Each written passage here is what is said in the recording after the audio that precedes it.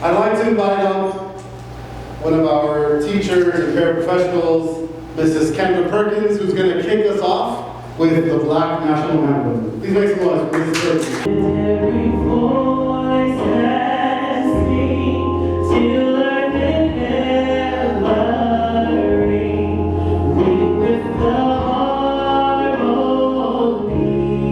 of liberty. Let our rejoicing rise high as the listening skies. Let it resound loud as the rolling sea. Sing a song full of faith that the darkness has taught us. Sing a song full of the hope that the present has brought us. Facing the rising sun of our new day begun, let us march on to victory is won. Stony the road we trod, bitter the chastening rod, felt in the days when hope unborn had died, yet with the steady beat had not our weary feet come to the place for which our fathers died. We have come over a way that with tears have been watered. We have come treading our path through the blood of the slaughtered.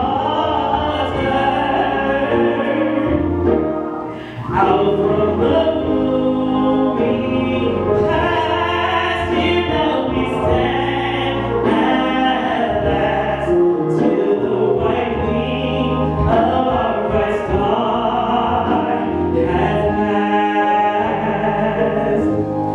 God of our weary years, God of our silent tears, Thou who hast brought us thus far on our way, Thou who hast by Thy might led us into Thy light. Keep us forever in the path we pray.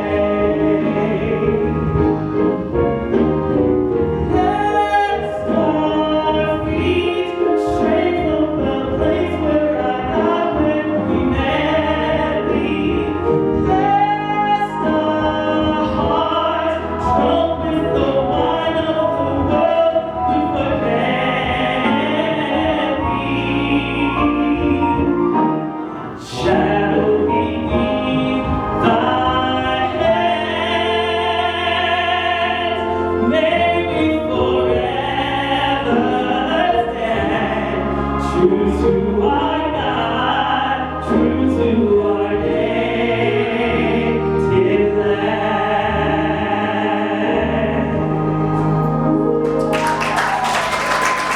My name is Mr. Hector China, and I'm the program coordinator for the Love What You Do program at the City School. The City School is a high-performing middle school that serves 6th to 8th grade in South Los Angeles. The Love What You Do program is our signature program that engages students in on and off-site field experiences to expose them to real-world college and career opportunities. Our goal is to collaborate with industry professionals and partners based on student interest and in alignment with our unique elective courses. Our goal is to introduce distinguished BIPOC and other leaders with careers in industries such as arts, media, and entertainment, business and finance, communications and information technology, education, the health sciences, among other fields. We had the pleasure of hosting our honored guest, Dr. Johnnie Raines, for an intimate lunch with 50 of our Black boys last week.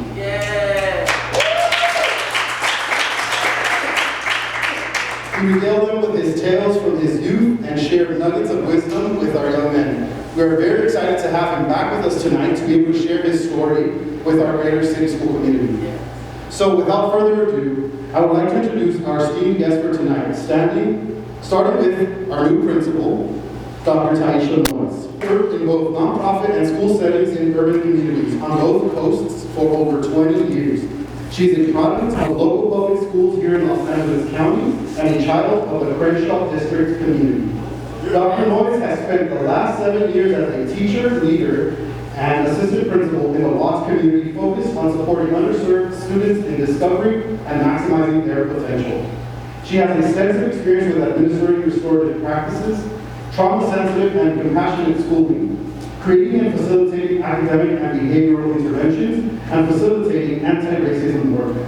Among her many accomplishments, Dr. Noise holds a BS degree in Urban and Regional Studies from Cornell University, a Master's in Clinical Psychology from Pepperdine University, an MST in Middle Childhood Education from Pace University, and an educational doctorate from Azusa Pacific University. She knows the power of an educated mind and believes in the gifts and talents of every student and their family to make an impact in the world. She is the living embodiment of the promise of a great public education for all students and has dedicated her career to creating outcomes that defy statistics and create pathways to success for all students. Dr. Noise.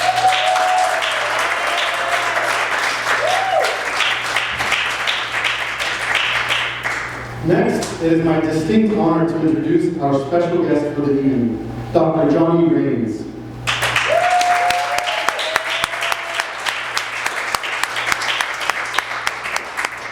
Mr. Raines is also a product of our South Los Angeles community and grew up not too far away from this campus.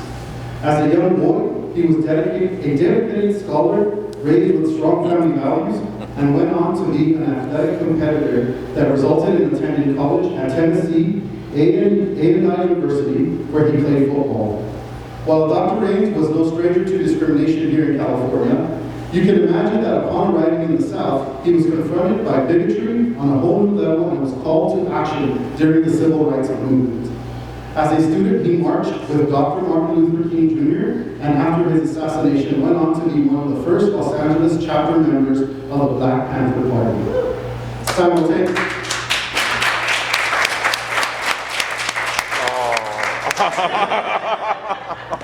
Simultaneously, he continued to excel in his studies and career and went on to become one of the first Black engineers in the aerospace industry. As one of our students said after their lunch with him, how much more amazing can you get? He was a Black Panther and a rocket scientist. So with that, we will leave it right there and invite him and Dr. Noise to tell you the rest.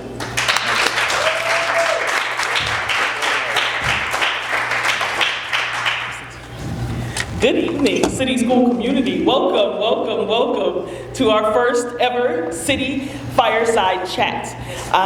Thank you for being here with me tonight. I was telling Rebecca that this is very much a dream come true for me.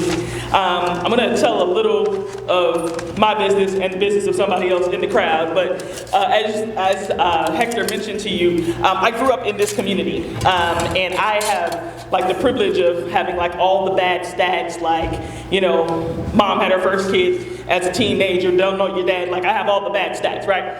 And I remember our parent council president is actually the big cousin of one of my closest friends from high school. And I was jealous of them as a kid because they were the first family I'd ever seen that had 4 generations or 5 generations of people alive at the same time. And her parent, it's Rochelle Thomas Green. Her aunt and uncle used to just kind of take me in as sort of one of their own and take me to places like Allensworth, right, the first Black town, right, in all of California and things like that. And I get invited to family dinners where they were celebrating great-grandmother. And I remember getting to sit and just soak them up. And as an educator, I recognize, right, that many of our communities and families have been decimated by the things that we face. Most of us don't get the chance to have our grandparents and great-grandparents in the same room 3 or 4 or 5 generations like other families do. And so in my time with Dr. Raines at Locke over the last 7 years, this man changed my life. Just being able to sit down next to him as a mentor, and one of the many things that he does, he runs a program called See a Man, Be a Man at Locke, and he would come out on Friday nights for the young men who he mentored, who were playing. And sometimes I could just stand next to him in the stands and he would begin to talk about his life. And I remember thinking, like, you need to be a podcast. Like I should record every single conversation. And when I got here and I looked at our population, for those of you who don't know, right now we are 43% African American and 37% Latino, and we are more boys than girls at 2 grade levels out of 3. Our major population on this campus is little black boys. Second largest population, little brown boys.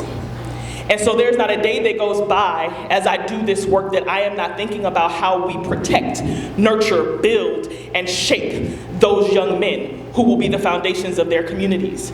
And in that thinking, I reached out to Doc. I was on the other side of town with some folks, and I reached out, and he immediately responded, and I was like, Doc, would you come visit? He's like, I'll do whatever you need me to do. And I was like, really? And all I could think is that I wanted him in a room with us. For those of us who are like me, who don't have a grandfather who lived through civil rights and was a part of that, right? Who don't have that personal connection to the history and the legacy that belongs to us.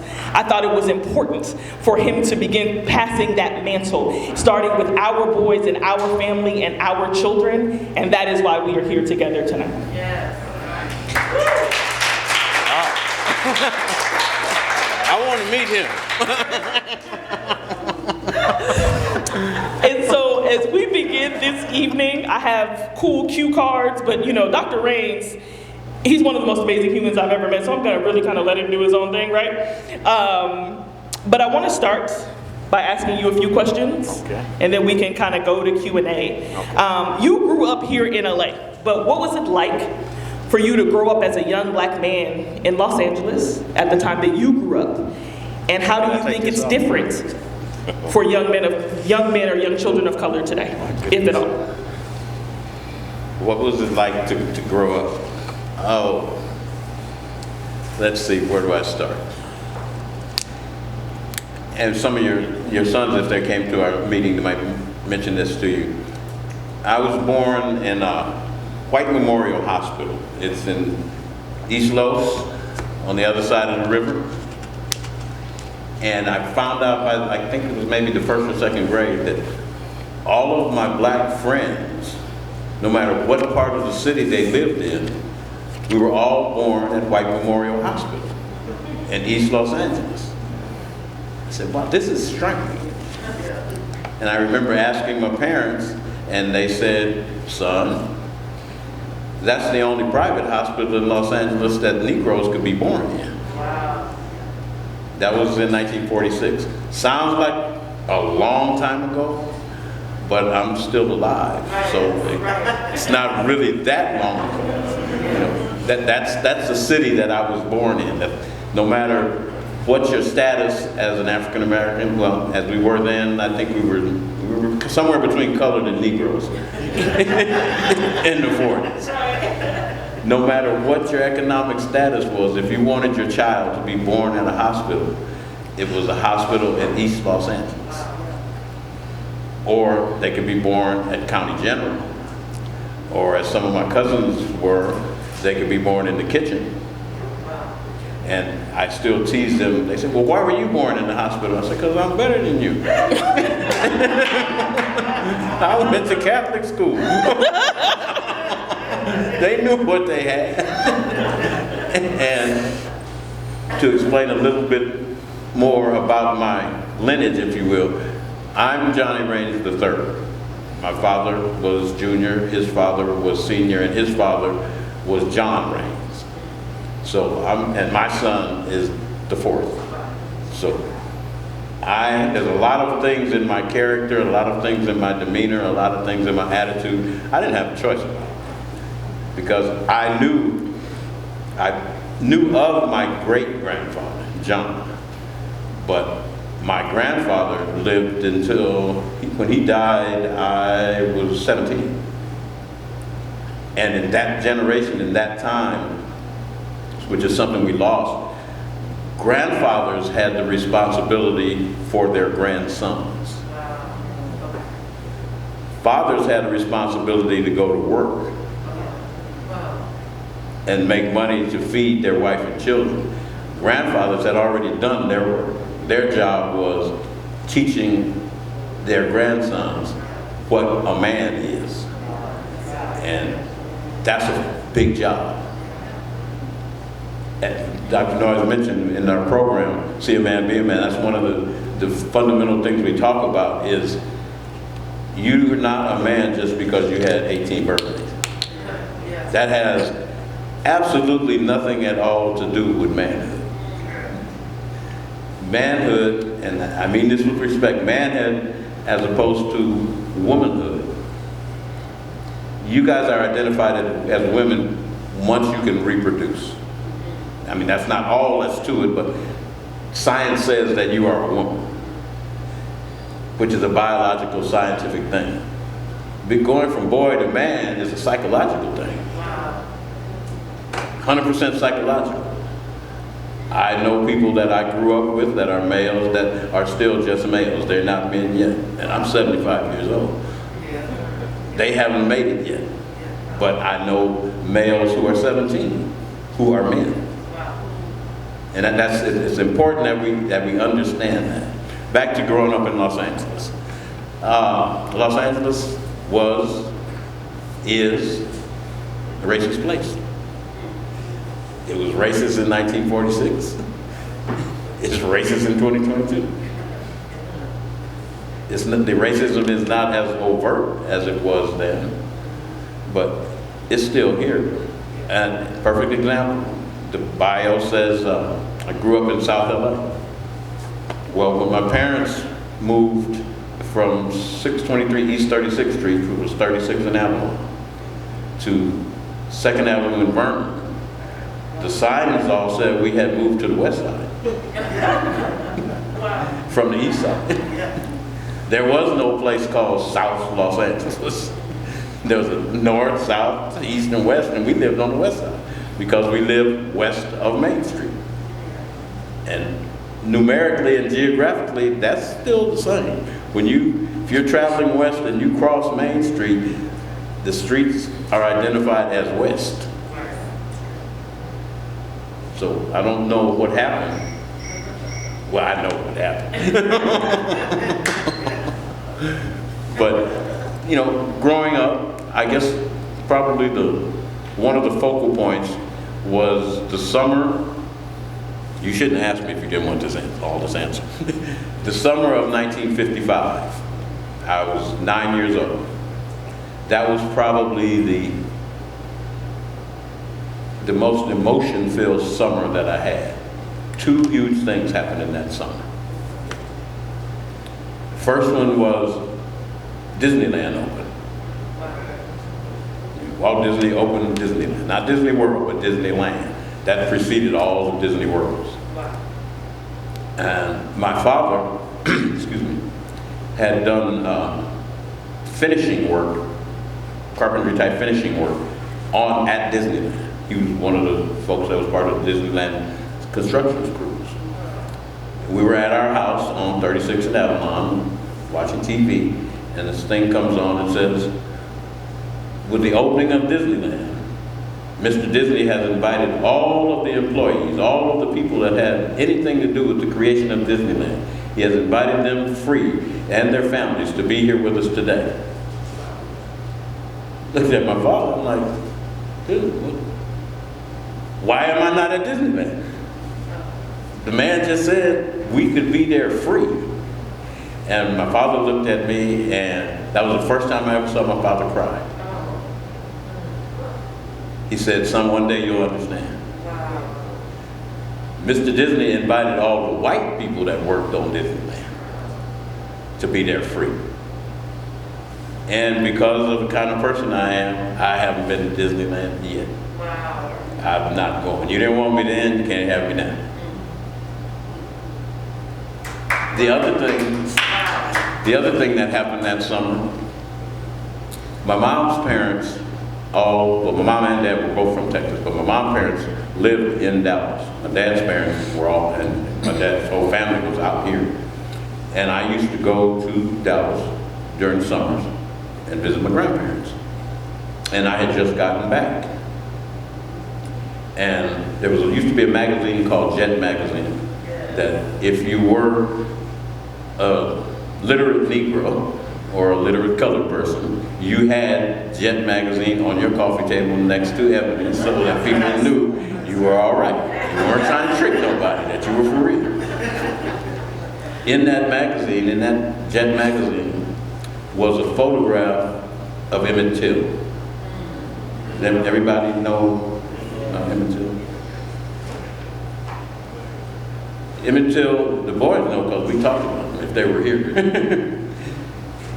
Quick refresher, Emmett Till lived in Chicago. His mom convinced him to go visit his uncle, I believe, in Mississippi. And Emmett Till got, a white woman said he said something to her that was untoward. Later, 50 years later, she said, oh, you know, by the way, I was lying. Right, yeah. He got beat, lynched, shot, cut, stabbed, and thrown in the river. And his mother, this was a brave woman, demanded that he be buried in an open coffin so that the world could see what they did to her son. Yeah. That was in the summer of 1955. After, Walt had let it be known that I wasn't good enough to go to his Disneyland. This 14-year-old boy had gone to the South to visit his uncle. I had just come from the South visiting my grandparents. And I remember sitting down writing a letter to my grandmother and my papa and said, I'm really sorry that I'm not ever going to see you again unless you come to Los Angeles. Because I'm not going to the South again. Wow. Because I see what can happen being in the South. And those two events in that summer made me start thinking about something's wrong. We got to change. And that's really when I began to think about civil rights, to think about injustice. One other thing that happened, but it didn't happen until the next year. On TV, I was going to Catholic school, Transfiguration, right down the street from here. And, okay. And on the news, in our civics class, they showed us clips from the newsreels in Boston where the Catholic Church, where all of the schools were supposed to become integrated. And I saw pictures, film of people throwing rocks at little black kids on buses because they were trying to go to school. And I was a good Catholic boy at the time. So a friend of mine, two friends of mine and I, we wrote a letter to the Pope. I don't know if there's Catholics here. The Pope, if the Pope says to all the Catholics, tomorrow is Tuesday, then tomorrow is Tuesday. No matter what those other people said. So we wrote a letter to the Pope asking him, Mr. Pope, you're in charge of the Catholics. Catholics are throwing rocks at black kids. Tell them to stop. That's not right. About 3 weeks after that, we got called to the office by the nun who was the principal, and she explained to us, you people wrote a letter to His Eminence? I said, yeah, he's the boss, he's the one that's in charge. You can't do that. Okay, that was the third thing. I said, okay, I'm fixing this stuff. This stuff got to change quick. Wow. Did I answer your question? Definitely.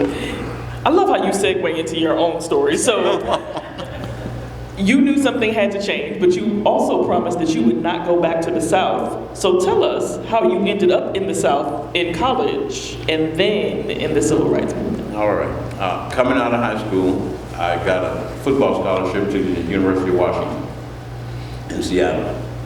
Went to Seattle. I remember now, I'm born and raised in Los Angeles.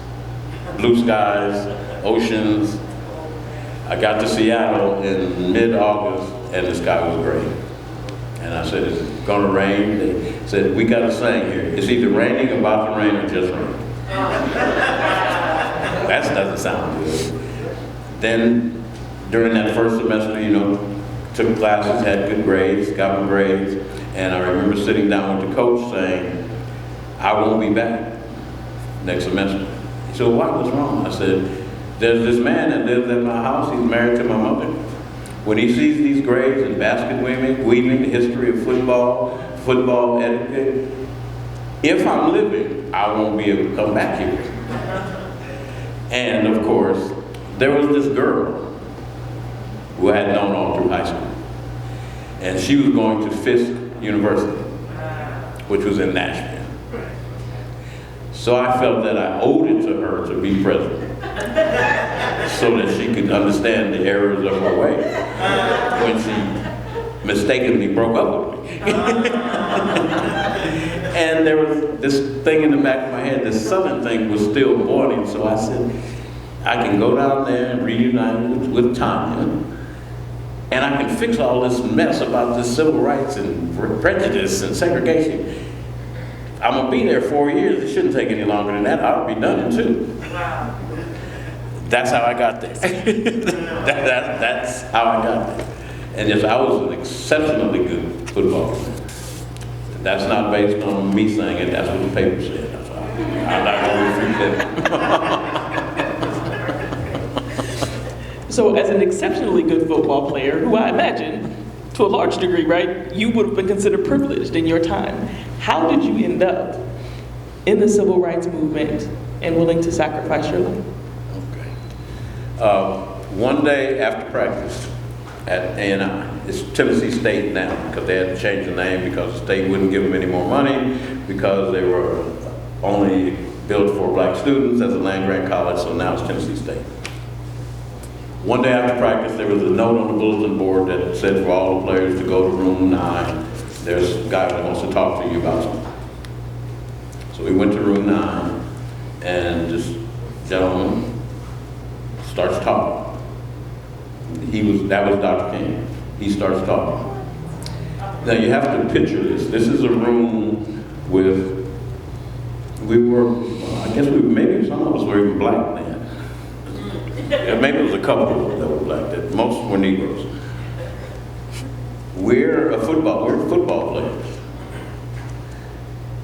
We run into people and do physical violence to other people. That's our way of life. And this guy starts talking. And somewhere between 15 and 30 minutes into his conversation, he has me and other folks saying, "So you want us to go with you into rural Tennessee, where it is against the law to register people to vote. It's just not nice. It's against the law. And people are going to be there that are going to be in opposition of what we're doing.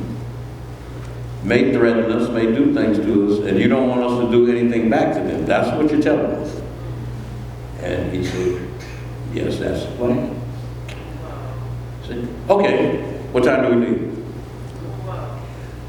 I've never met anyone that could do something. He talked me out of my whole life, of the way I led my life, in like 15 minutes. That's how I first got involved. I never forget it. We went, and the city, it wasn't a town, the place we went to in Tennessee, when we got there, people were lined up, and I hope I don't offend anybody when I say white folks. I don't mean everybody that's Caucasian. White folks know who they are. The ones that are white folks, they know exactly who they are. They were waiting like someone was bringing them fresh meat for us. And that was the first time I got physically attacked, and it was very difficult. But there was this thought that, okay, you came here to fix this. Nobody said it was going to be easy. And that was the beginning. Wow.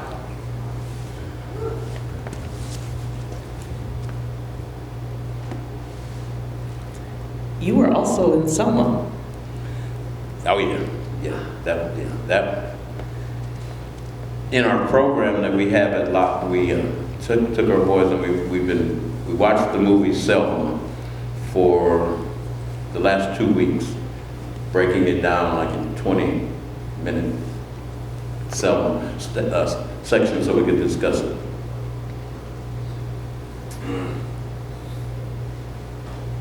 There's some things about that are just, when I talk about that, there's things that are embedded that don't go away. When the film first came out, I remember we were on our way to Locke one day, and one of the guys that mentored with us said, and I hadn't seen the movie, he said, tell me something that's still stuck in your mind about that day, those days. Because there was 3 days, we went to the bridge 3 times. I don't know if you noticed that in the movie. We didn't just go once, we went 3 times. Damn fools. He asked me, did I remember anything? I said, yeah, I remember being about mid-bridge, and there was a sister behind me with a baby. And a trooper turned and hit her across the face with a baton. And then she fell, and the baby fell, and he was about to hit the baby, and I turned around, and I remember throwing up my hand. And my mind saying, okay, this is it. This is the last day. You're about to die. And another trooper on a horse came by and distracted this guy. He would have killed me. He had to hit me in the head. And as I remember telling Doc after that, in later conversation, you might have lost me that day, because if he would have hit me in the head, and I'm like, wow, that did happen. Because, there's things that happen to you in your life, and you think back about them, and you say, no, that didn't happen like that. But had that horse not run by, I'm pretty certain I wouldn't be here. It would have ended that day. But, so, at the time I went, I was a member of SNCC, the Student Nonviolent Coordinating Committee. Those radical young men and young ladies. Wonderful people. Wonderful people. Stokely and Rapp and those folks. Wonderful folks. So, I say we went 3 times because the first time is the one that you see the pictures of. Bloody Sunday. I probably was maybe 15 feet from John when he got his head popped open. And that was, but we weren't afraid. There's something in youthfulness, something in, if you think you're right and you know you're right, and you've been through some things before, and it's like, well, God, if you got me through that, I know you got me. They're going to realize that what we want is correct. So Sunday was the first day. And then we went back Tuesday. We called it Turnaround Tuesday. And the film is the day that we go at the bridge and then turn around and go back. And people asked, our students asked, first, you went back a second time? After the first time? Yeah, we weren't finished. We hadn't gone across the bridge. Well, when the troopers opened up, why didn't you guys go? I said, think about this. These were the same troopers that were beating us in the head and all about the body the day before. We're at the top of the bridge. There's cameras and reporters, news people, everybody's there. And they separated. Our feeling was, okay, you separated so that we'll go past you, and we'll be 5 miles down the road where there's no cameras, no reporters. We were born at night, not last night. You gotta come better than to trick us into going along with that, because we knew there were people, because see, that was the beginning of the march. People think that Selma was the end. No, that was the very beginning. We were like just a few miles from where we started. So we had 50 miles to march. And we knew that there were folks out there in the rural countryside that were looking forward to us getting there. That's why we went back. I don't think they spent enough time in the film letting folks know why that happened. And then the third time is when everybody was there. Everybody that was anybody was there. So of course there was no issues. But yeah, that was one of the tougher times. That was one of the tougher times. And quickly, Dr. King's nonviolence philosophy was a tactic, was a strategy. If you, in life and other circumstances, ran into him, punched him, said something derogatory to him, he would give as good as you gave. But realizing at the time of that movement, think about if someone punches you in the face, and all you do is look at them, and you maybe even smile at them, their thinking process changes. Some of them become kind of afraid. He or she must be crazy. I just hit them in the face with a brick, and they're smiling at me. Maybe the reason they're doing this is worth something. Maybe they're right. That and the fact that the goal was to get those attacks on TV so that liberal America, if you will, could see, no, we're not making this up. This is real. Yeah, the fire department turned that fire hose on those people and is knocking those children down. Those dogs are biting people that weren't doing anything. That was necessary for America to see. We knew we couldn't just change it because there were Negroes that didn't agree with what we were doing. Negroes and black people and colored people, there was a lot of them that said, you all are wrong. That's not the way to do anything. So it wasn't just that opposition of people that were of different ethnicity. It was within. Wow. I know, I listen to him often, and I still say, wow, right? We are almost at time. You have accomplished so much for us. And one of the many reasons that I was hoping that you would be with us tonight. We're in a different generation, but I don't know that we're in a different time. I listened to you talk about your childhood as a young black man in this city, and I imagine that sans video games and iPhones, I'm not sure our boys feel different. Right. What do you encourage us to do as the generation that is raising the young man who one day will do the same kind of work that you've done? What do you advise us as the elder to do to continue this work?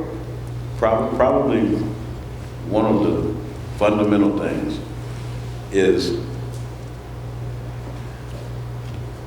in order for a boy to become a man, he needs a man. That's not to take anything away from women. You guys provide us with a lot of things that is required for us to survive. But there's some things that a male can only get from another man. And I'll say it here, and I've said it other places, we've done a horrible job. You know, when I was a child, there were young boys on my block that I knew their father had died, or I knew that it didn't appear that there was a father in their house. But when it was time to go fishing, when it was time to play catch, when it was time to play ball, the single man on the block, it was his responsibility to make sure that boy had somebody to teach him how to be a man. And it was accepted and expected by the entire community. So I think that's the key. We have to pass on information to those young men about the importance of themselves and what it is they bring to the table.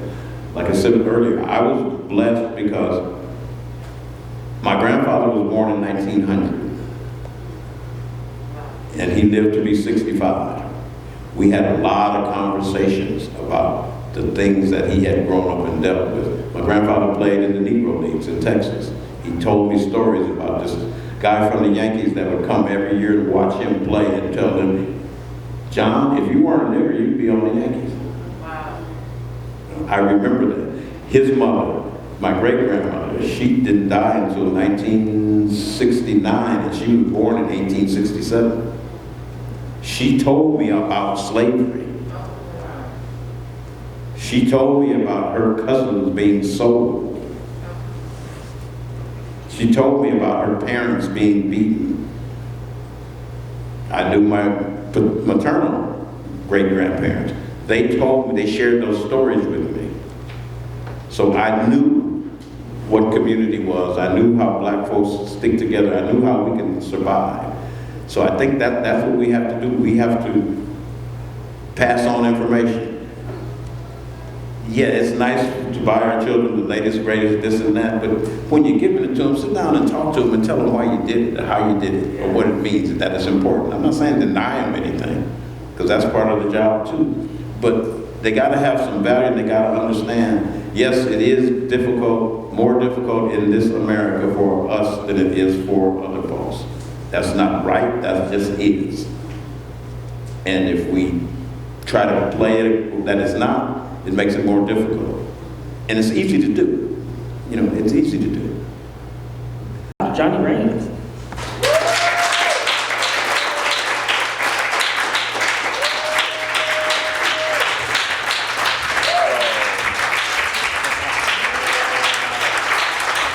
I didn't show my sign.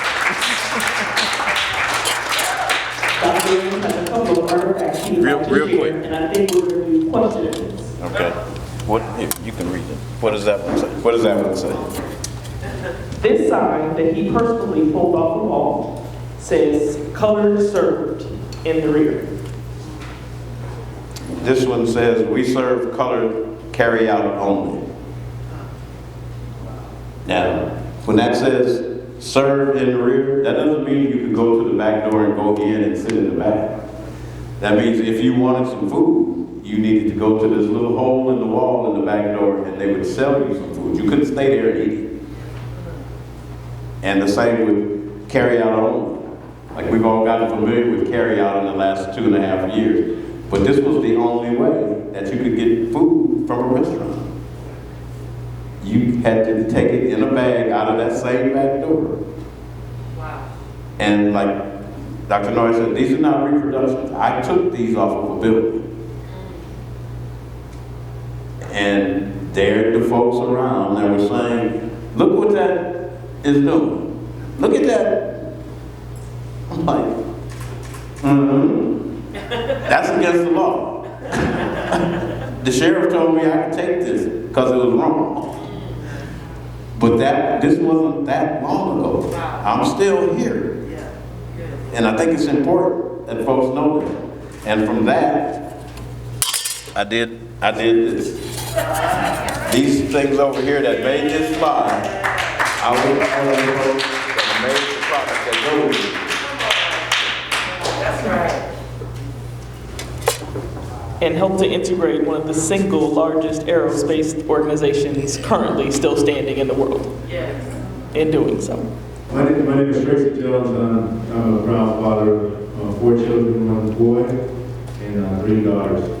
And one of the things that I have a problem with over the years is that we teach our kids about our past and all the struggles we've had, but we don't always, talk about how to move forward, what accomplishments Black people have, been a part of in this country, and how we can totally permanently ingrain them with those ideas moving forward. So maybe you could elaborate on that. I'm glad you asked that. I was talking about that earlier today, that was something I was going to mention tonight. I hope this is the last time I come to a celebration of Black History Month to talk about Black history. And I say that because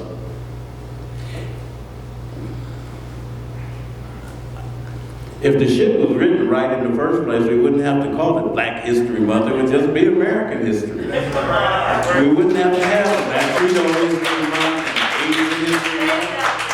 If it was written correctly, it's American history. Yeah. That's all it is. But white folks decided to separate it. So, to your point, we need to give credit to people that are still accomplishing things. I know we got a lot of catch up to do on all of the things that were accomplished in the past, but Black history is every day. Yes. It's not over. It's every day. And we need to make sure our young folks understand that their Black history, definitely in this city, definitely in the South, they are history. History, if they're walking down the street and they can go in any door they want to, that's history every time it happens. Yes. So we got to celebrate all of the accomplishments. Specifically, very sentimental to you, and if you did, what would that be? What would the sentiment? And berets from the days that when I was actively involved in the Black Panther Party for self-defense. Wow. I allegedly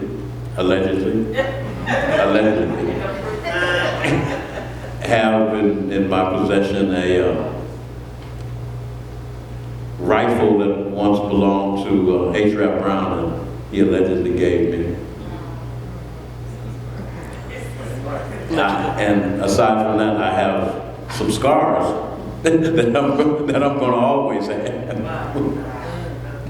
As I told Dr. Noise, and this is not bragging because I didn't build it, but just up the street here where Jefferson and Higuera come together, there's a big traffic island in the street.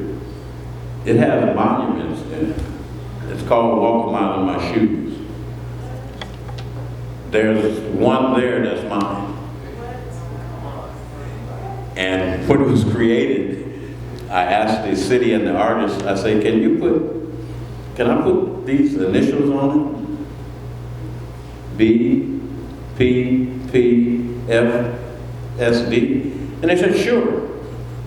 And when it opened and we were walking around, the councilman, was Herb Weston then, looked at it.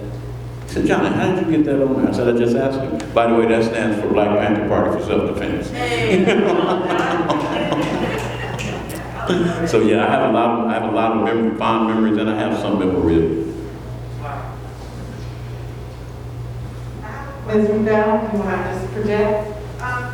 Speaking of the Black Panther Party, was there a turning point in your life that led you to the Black Panther Party from the nonviolent approach of Dr. King? Yeah, they murdered Doc. Yes.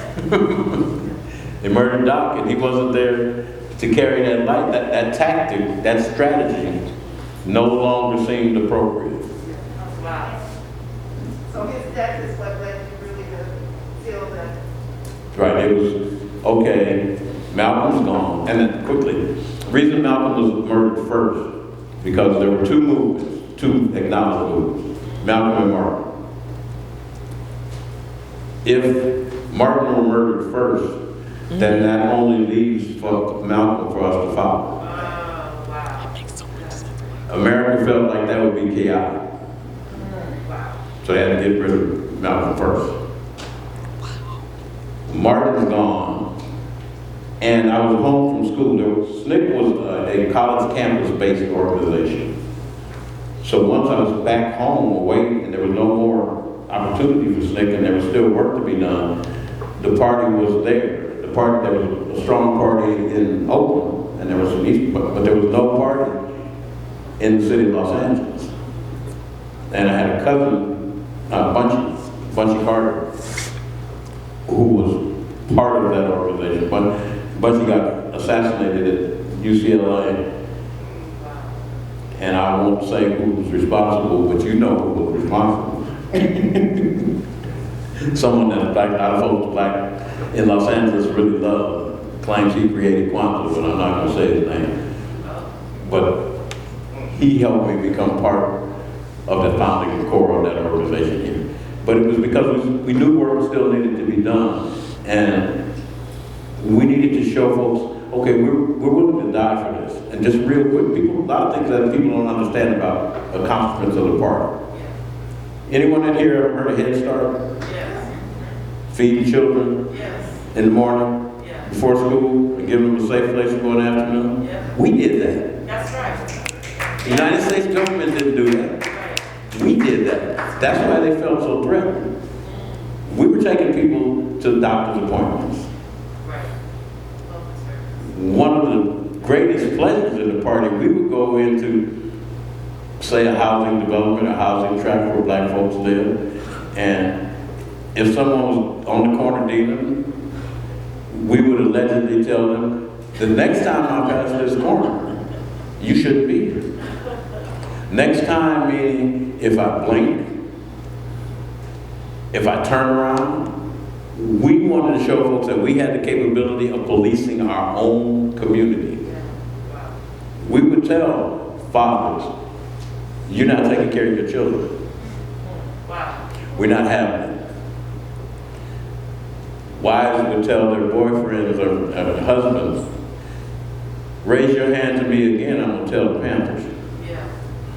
And they knew that they would not have any more trouble like that. See, but that's not exciting. America didn't want to hear that. They didn't want to hear all of the good stuff because they were afraid that if we were able to successfully police our own communities, there was no place for them. Yeah. We weren't doing anything that wasn't required according to the Declaration of Independence and the Constitution. Document says, if the government becomes such that it's standing in your way to enjoy the rights and privileges sanctioned by you, it is your right and your responsibility That's right. to change that government. As Malcolm said, by any means necessary. It's in the document. That's what the Americans told the British. So why is it wrong when we told America, y'all not living up to what you said you're supposed to do, so we're going to change it? But that part of the story doesn't get told.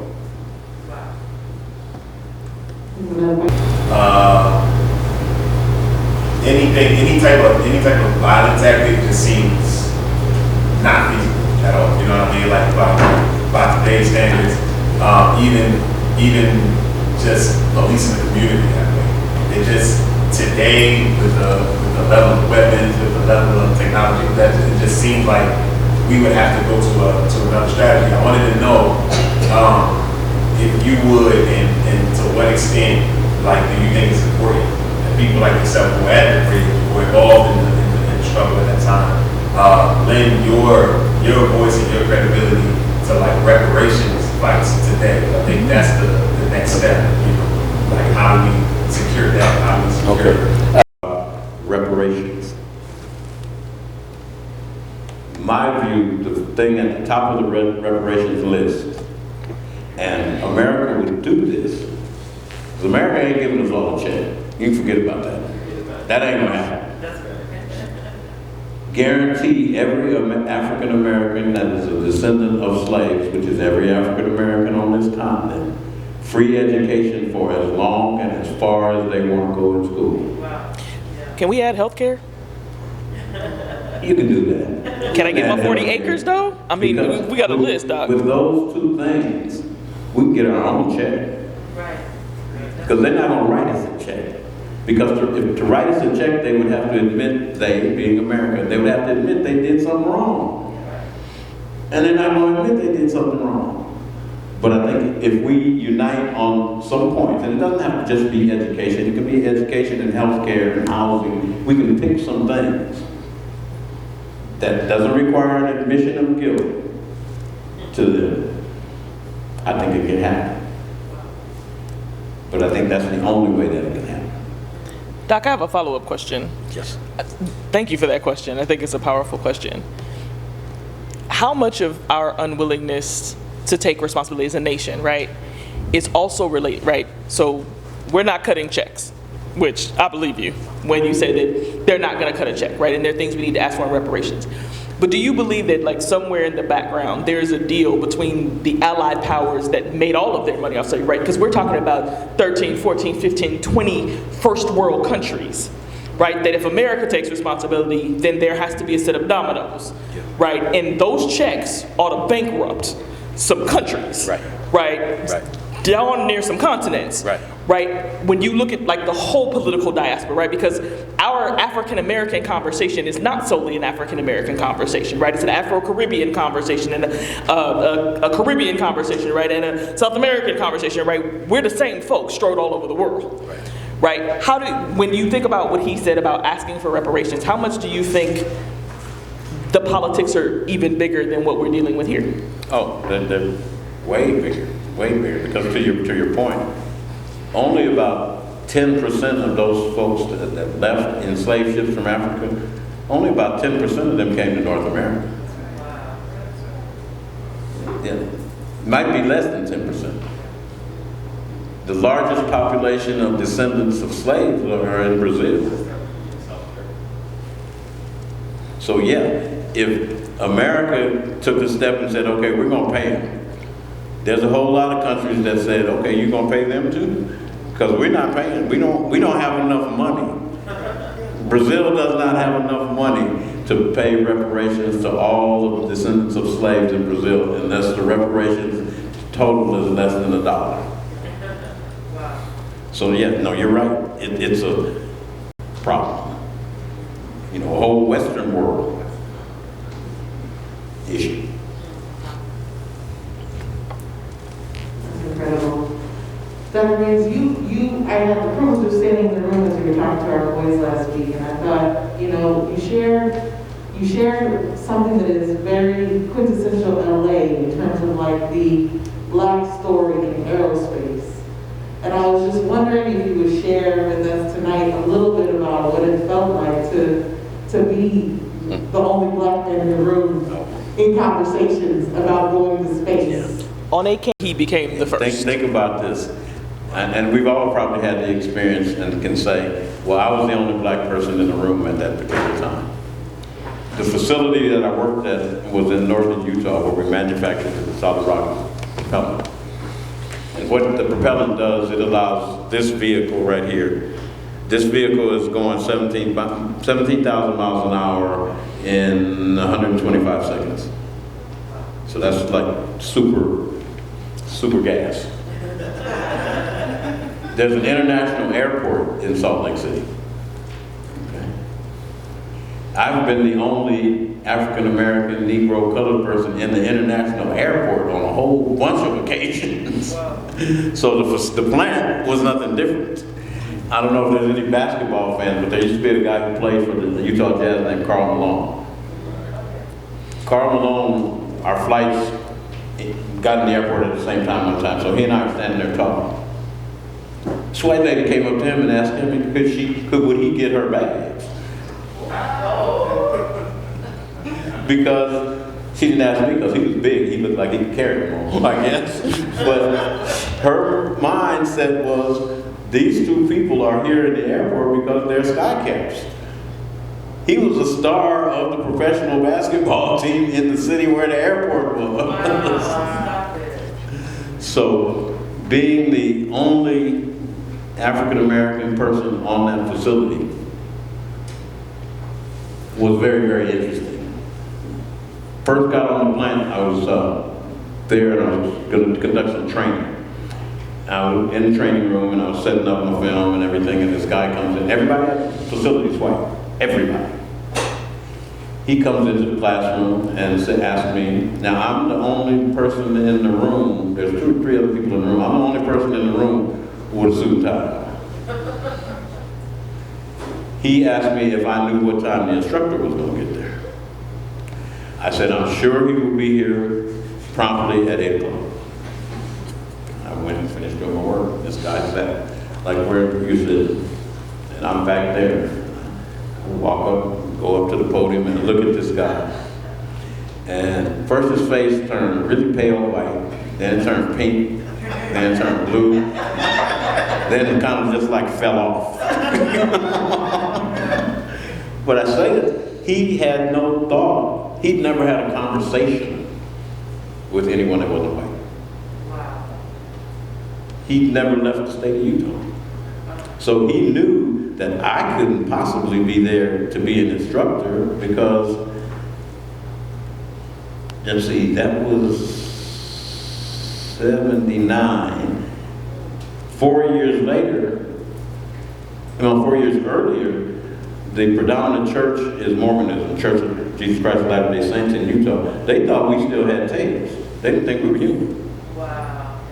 So he knew I couldn't possibly be a teacher. And at that time, like I said, I was on the training side of the business, writing things, writing training programs, what have you. And then realized that I really wanted to be on the rocket side of the business. So went through some HR changes and quickly learned that engineers, and if there's any in here, you can attest to that, we only think people are smart if they're engineers. We don't care what else they do, but if they're not an engineer or a scientist, they're really not smart. They're well-meaning, but they're not really smart. And I was getting this feeling from, engineers that I'm talking to. So I said, well, hell. I've met tougher white folks than this. You don't even have clubs or sticks. All I gotta do is be an engineer. So I went and got a couple of engineering degrees. Wow. And then from there, what about this other stuff? You mean to get the designation as a PE, which is a professional engineer, it's just a test? Bring the test. I can do that. And that's the way, that was the motivator. I said, I'm here, I have the responsibility of all the Negroes in the world to show these folks that we're okay. And that was the driver. And I went through master's programs in engineering, and I noticed one of the questions you didn't get to was the doctorate. That was like, okay. Because I was at a level enough and people understood me enough that I could basically, and it still happens now, you can create your own doctorate program if you can convince people that it means something. Wow. It's real simple. And the aerospace business, because of the way it operates on contract, spends a lot of time going to different places, creating new programs, creating new locations. So the doctorate is in human resources development in an urban environment. No white person on this planet can tell me I can't figure that out. So that's what prompted me to go for the doctorate. I can create it, I can write it, and you can't refute anything I say because I know it's all true. So that the motivator was I cannot let them think that there's things that we black people can't learn. And while I was there, I was able to recruit a whole lot of other black engineers, men and women, and get a lot of. They had an African American community in a city called Ogden, Utah, which was like 35 miles from where this plant was. Plant had to be 35 miles from anywhere because this stuff, solid rocket propellant, on its own creates everything necessary for combustion. You don't have to start it. It can just decide to burn. And it will literally burn a hole in concrete. It takes a lot of power to go 17,000 miles an hour. But the black folks that were living in those neighboring communities didn't believe they could get hired there. They thought they would only hire people that were white. And I can remember being in meetings and asking engineering guys and asking accounting guys, why don't I see any black accountants? Why don't I see any African Americans doing anything here? And they said, wrongly, mistakenly, much to their chagrin, we can't find any. I said, okay, tell you what. Within a month of being there, I had my brother and 6 of my cousins that lived here, they all moved to Utah and all had jobs. And we would go to the community and tell them, dude, you can work out here. What do? You got a college degree. They do that. They do everything that you studied out there. And was able to get a lot of the local community hired. And the real key was, I knew that company, that division, was in trouble based on EEO compliance. They didn't have the proper amount of protective classes. And some of them didn't know that I knew that. So I knew why my desk was placed in a place that you could not come in the building and not see me. It was impossible. They needed me to be visible. And I took full advantage of it. One last thing with that, it was so funny.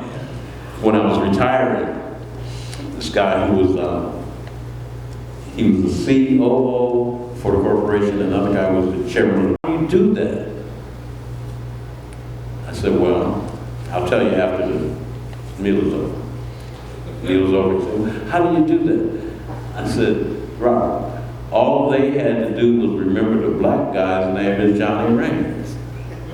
I didn't have to remember anything about them. That was the secret. I was the only one. So it was easy. And after a while, if I knew I was coming to this audience, I had some people that work for me that tell me, oh, he has a daughter and a son, one plays basketball, one races track. This lady has a child that's going to be a doctor. So I can ask you, oh, is your son still on his medical track? It's all a game. And we just oftentimes don't realize it's a game and come dressed to play a basketball game in a football uniform. And to complain that the coach didn't put us in the game. Because we weren't ready, we weren't prepared. I want to round that idea out and go back to the original question that we started with. And I think part of the answer to your question is moments like this, right? And a demand that schools reflect the needs and the desires and of our kids and what they deserve, right? It is our job to bridge the gap, right? If education, right, is about all of the facets of a human, right, because it should be, right? He is sitting here because I recognize that your sons and your daughters deserve to sit in a room with a human like this. But that's a decision that's made at a leadership level. And I think as African Americans in education, we've spent a lot of time being grateful for being present, but we are in mass and number now where we can make some demands. Especially when, like in an organization like this, in charter, right? Charters only exist based on the numbers. And where we show up and show out, we can make demands in number. And I think education is one of those places where we have shied away from making demands because we don't want people to mistreat our children. And I respect that. But also as a person who grew up, right, in this skin like your beautiful little babies, right? I get what it means to have grown up my whole life and have never met somebody with the title doctor. There was nobody in my young life who even had a college degree to walk me through. And so now as that person coming home to this community, it is my responsibility to bridge the gap between them and him. And with every school that we're looking at for our kids and with every place we take our kids, we are now in a position to tell our kids they have not only the right to take up space, but to demand what they need. Because school is here to serve you, not the other way around.